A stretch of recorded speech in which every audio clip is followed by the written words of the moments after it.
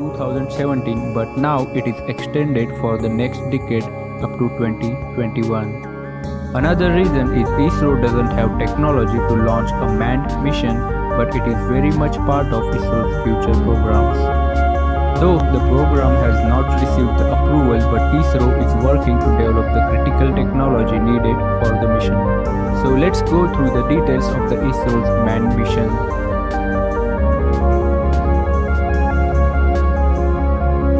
The mission objective of the manned mission program is to develop the fully autonomous orbital vehicle spaceship, which will carry a crew of 3 people. The mission duration can be orbiting around the Earth for a few orbits up to 2 days and then safely return back to Earth.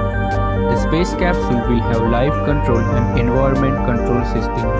It will be equipped with emergency mission abort and emergency escape that can be done at the first and the second stage of the rocket.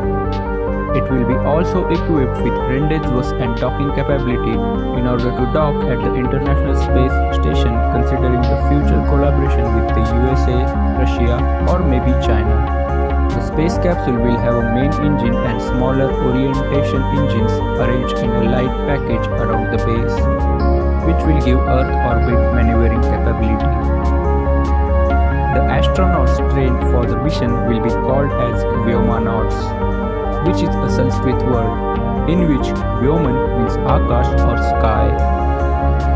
ISRO will set up a full-fledged training facility in Bangalore for training Vyomanauts.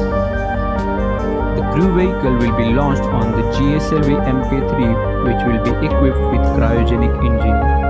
Last year in 2015, ISRO had successfully tested the re-entry care module with the help of GSLV Mk3.